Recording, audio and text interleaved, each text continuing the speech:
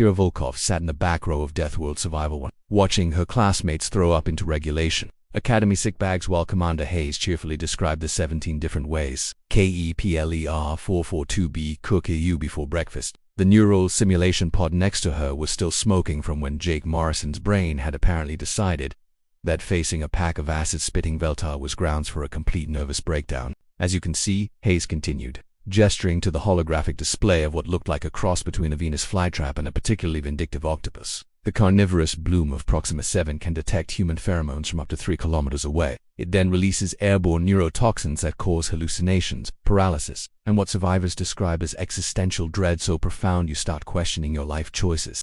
Kira stifled a laugh. If only Hayes knew that she'd encountered the real thing when she was 12, and that her biggest concern hadn't been existential dread, but whether the creature's digestive enzymes would dissolve her boots before she could climb out of its stomach. Miss Chun, are you finding something amusing about humanity's most dangerous colonization challenges? Hayes's voice cut through her thoughts like a plasma blade through butter. Psysurges, impressed by human ingenuity, I suppose. Kira kept her voice level. Practiced. The lie came as easily as breathing. After 7 years of pretending to be normal, she'd gotten pretty good at it. Hayes narrowed his eyes but moved on. Smart man. The Terran Colonial Academy didn't exactly advertise that they occasionally admitted students with classified backgrounds. Students like her, whose official records were so heavily redacted they looked like abstract art. The next part of class involved actual simulation pods. Kira watched her classmates strap themselves into the neural interface chairs with the enthusiasm of people about to undergo voluntary brain surgery, which, technically, they were. The Academy's simulation technology was top-of-the-line military-grade equipment that could trick your neurons into believing you were actually dying on an alien hellscape. Fun for the whole family. Today we'll be practicing basic survival protocols on Titan 7, Hayes announced. Atmospheric composition, 70% nitrogen, 28% sulfur compounds, 2% trace gases that'll cause your lungs to dissolve. Surface temperature, minus 40 Celsius during the day, minus 80 at night. Local wildlife includes the burrowing which hunt by echolocation and consider human screaming to be dinner music. Jake Morrison raised his hand. Sir, what's our survival rate supposed to be? If you follow protocol exactly, about 15%.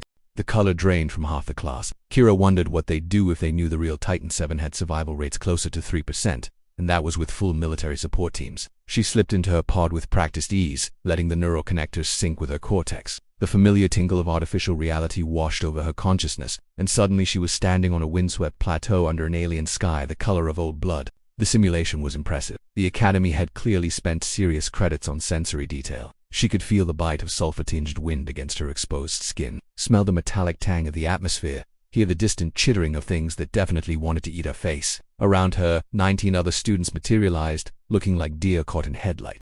Remember your training, Hayes's voice echoed from speakers embedded in the simulated rocks. Find shelter, establish water reclamation, avoid the local fauna. You have 72 hours to establish a sustainable base camp. Your vital signs are being monitored, so try not to die too dramatically. Kira watched her classmates scatter like confused ants. Jake Morrison immediately started hyperventilating when he spotted a shriekworm burrow. Elena Vasquez began reciting survival protocols like a prayer. David Park was trying to build a shelter out of rocks that were obviously contaminated with crystalline parasites. Amateur hour. Kira moved with the fluid economy of someone who'd learned to survive by age 10 or die by age 11. She'd identified the optimal shelter location within 30 seconds, a natural cave system about 2 clicks northeast, elevated enough to avoid the acid flash floods that occurred every 6 hours, with mineral deposits that would naturally filter ground. She'd also spotted the shriekworm nest that the simulation designers had hidden in the obvious shelter location, the one where half her classmates were now headed. The Academy was testing whether they'd fall for the most basic Deathworld trap. Assuming the most convenient option was also the safest, the trek to her chosen shelter should have taken an hour. Kira made it in 20 minutes, moving through terrain that would have challenged a military scout. She'd learned to read alien geology, the way other kids learn to read picture books. When you've survived 17 different Deathworlds before your 10th birthday, pattern recognition becomes a survival skill. The cave system was perfect, natural ventilation, multiple exit routes, and a small underground stream that was actually safe to drink once you knew how to neutralize the trace alkaloids. Kira had her base camp established and fortified within 2 hours. Then she got bored. The simulation was supposed to last 3 days. Kira had essentially won in the first afternoon. She could have just waited it out, pretended to struggle with basic survival like a normal student. But boredom was dangerous. Boredom made her think about things she wasn't supposed to remember, like the real time. like Project Lazarus, like the fact that she was the only one of 200 test subjects who'd survived the program, so she decided to help her classmates. Not obviously, of course, just ... subtle assistance. A strategically placed warning about unstable ground here, a helpful directional signal there. She shepherded Jake Morrison away from a shriekworm nest so smoothly, he probably thought it was his own idea. But Elena Vasquez was observant. Too observant. How did you know about the sulfur pocket? Elena asked when Kira casually mentioned she might want to avoid a certain area that looked perfectly safe. Lucky guess. Kira shrugged. Geology concentration. Remember, geology doesn't explain how you're moving through this terrain like you were born here, or how you knew exactly where to find potable water, or why you don't seem even slightly afraid of things that are making the rest of us question our life choices. Kira met Elena's gaze steadily. Elena was smart, observant, and apparently immune to the Academy's policy of minding your own business. She was also the daughter of Admiral Vasquez, which meant she had access to information that other students didn't. Dangerous. Maybe I'm just good at this, Kira said finally. Nobody's that good at this, not without experience. The conversation was interrupted by Jake Morrison screaming. He'd managed to fall into a shriekworm burrow despite Kira's earlier intervention. The creatures were swarming up from the depths, their echolocation calls turning his terror into a dinner bell.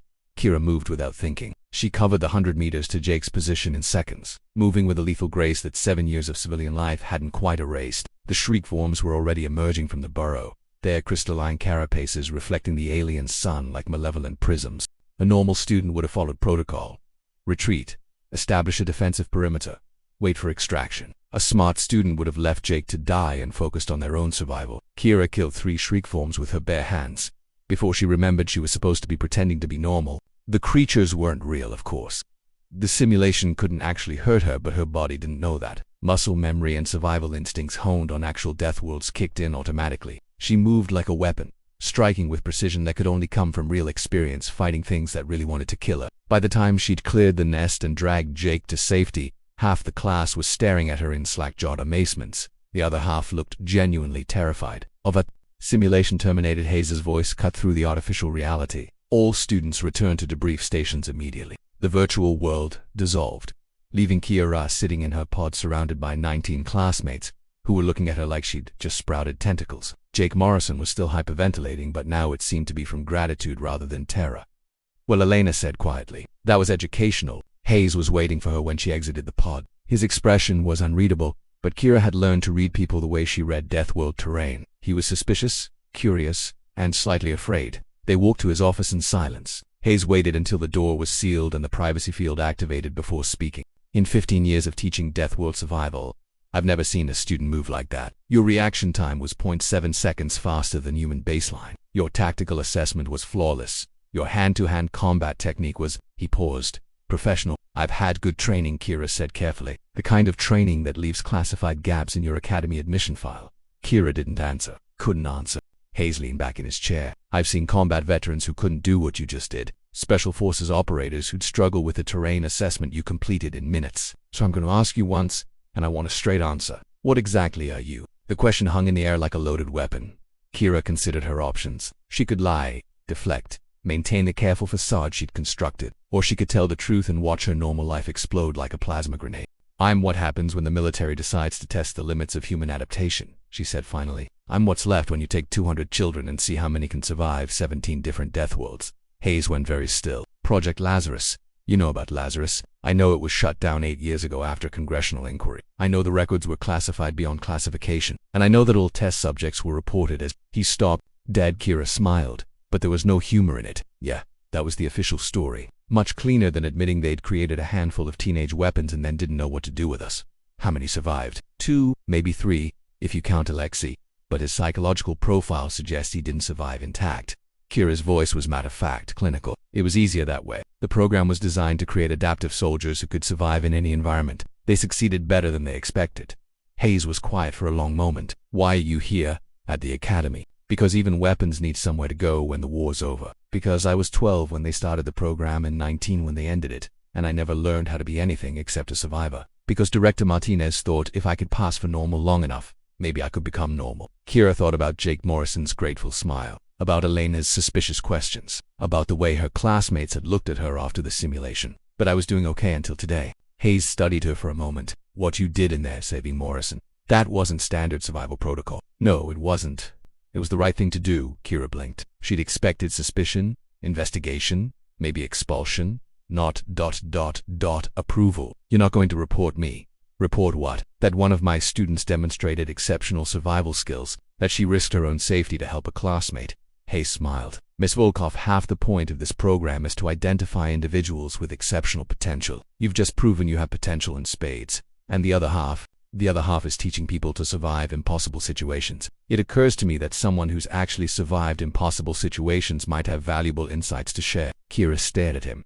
You want me to help teach the class? I want you to help your classmates survive. There's a difference. Hayes leaned forward. The colonial expansion program is about to accelerate dramatically. We're going to be sending people to places that make Titan 7 look like a vacation resort. Those people are going to need every advantage we can give them, including advantages learned from illegal military experiments on children, including advantages learned from survival experience, regardless of how that experience was acquired. Hayes's voice was firm. What happened to you was wrong, Miss Volk, but the knowledge you gained doesn't have to be wasted. Kira considered this. For 7 years, she'd tried to forget what she'd learned in Project Lazarus, to bury the skills that had kept her alive on 17 different deaths, to pretend she was just another academy student with normal problems and normal limitations. But maybe pretending wasn't the answer. Maybe the answer was figuring out how to use what she'd learned to help people who hadn't been forced to learn it the hard way. She knows something's up. Elena Vasquez is smart, observant, and discreet. She's also someone who might benefit from learning advanced survival techniques.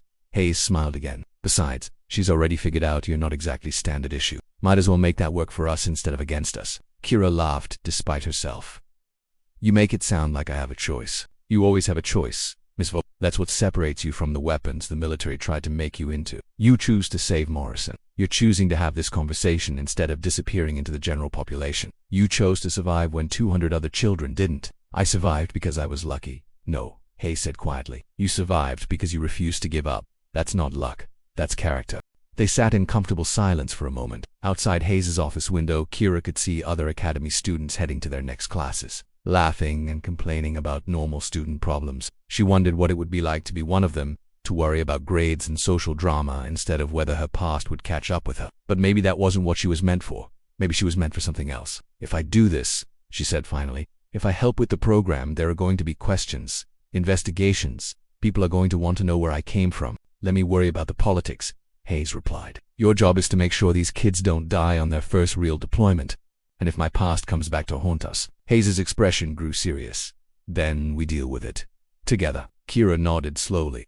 It wasn't the normal life she'd been trying to build. But maybe normal was overrated. Maybe what mattered was using the skills she'd been forced to develop to help others avoid the same fate.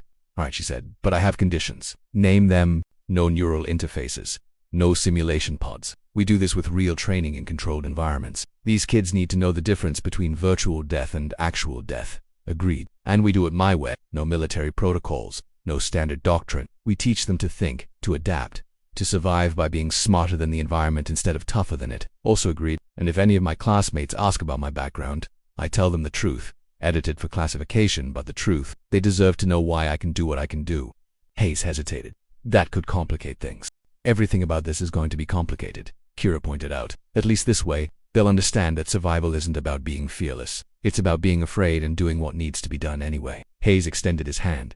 Welcome to the teaching staff, Miss Volk. Kira shook it, wondering what she was getting herself into. But for the first time since arriving at the academy, she felt like she might actually belong somewhere. Even if that somewhere was teaching other people how to survive the kind of hell she'd barely escaped. Outside the window, the academy's bells chimed at the end of the class period. Soon, 19 students would be heading to their next classes, probably still talking about what they'd witnessed in the simulation. Elena would have questions. Jake would want to thank her. Others would want to know how she'd moved like that, fought like that, survived like that. And Kira would tell them, not everything, but enough. Enough to help them understand that survival wasn't about being the strongest or the smartest or the luckiest. It was about refusing to give up, even when giving up would be easier.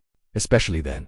The door chimed, and Hayes looked up. Come in. Elena Vasquez stepped into the office, her expression carefully neutral. Sir, I was wondering if I could speak with you about today's simulation. Hayes glanced at Kira, who nodded slightly. Actually, Miss Vasquez, I think Miss Volkov might be better equipped to answer your questions. She'll be joining our teaching staff as a survival consultant. Elena's eyebrows rose. Really? That's Sungward's S... Interesting. It's about to get more interesting, Kira said, standing up. Walk with me. I'll tell you about the real team. As they left Hayes' office together, Kira reflected on the irony of it all. She'd spent 7 years trying to escape her past, only to discover that her past might be exactly what was needed for the future. Sometimes the worst experiences create the most valuable teachers, and sometimes surviving the unsurvivable is just the beginning of the story.